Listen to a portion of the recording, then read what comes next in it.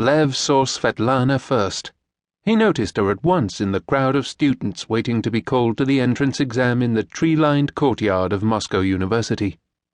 She was standing by the doorway to the physics faculty with a friend of Lev's who waved him over and introduced her as a classmate from his former school. They exchanged only a few words before the doors of the faculty were opened and they joined the throng of students on the staircase to the hall where the exam would be held. It was not love at first sight. Both agree on that. Lev was far too cautious to fall in love so easily. But Svetlana had already caught his attention. She was of medium height, slim with thick brown hair, high cheekbones, a pointed chin, and blue eyes shining with a sad intelligence. She was one of only a half-dozen women to gain admission to the faculty, the best for physics in the Soviet Union, along with Lev and 30 other men, in September 1935.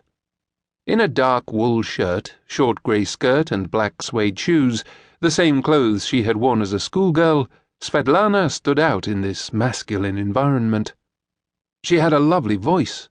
She would sing in the university choir, which added to her physical attractiveness. She was popular, vivacious, occasionally flirtatious, and known for her sharp tongue. Svetlana had no shortage of male admirers, but there was something special about Lev. He was neither tall nor powerfully built. He was slightly smaller than she was, nor as confident of his good looks as other young men of his age. He wore the same old shirt, the top button fastened but without a tie in the Russian style, in all the photos of him at the time. He was still more of a boy than a man in appearance. But he had a kind and gentle face, with soft blue eyes and a full mouth like a girl's. During that first term, Lev and Sveta, as he began to call her, saw each other frequently. They sat together in lectures, nodded to each other in the library, and moved in the same circle of budding physicists and engineers who ate together in the canteen or met in the student club near the entrance to the library, where some would come for a cigarette, others just to stretch their legs and chat. Note: Russian names have a full and a shorter version used by friends and relatives, and any number of affectionate diminutives. The short form of Svetlana is Sveta, but she was also known as Svetochka, Svetik, Svetlanka, and so on. In his letters from the labor camp, Lev would often call her Svet or Svetlo, Russian words for light, an association which he liked. From this point in the text, we will know her as Sveta. Later, Lev and Sveta would go out in a group of friends to the theatre or the cinema. And then he would walk her home, taking the romantic route along the garden boulevards from Pushkin Square to the Pokrovsky barracks near Sveta's house, where couples promenaded in the evening. In the student circles of the 1930s, the conventions of courtship continued to be ruled by notions of romantic chivalry, notwithstanding the liberalization of sexual behavior in some quarters after 1917.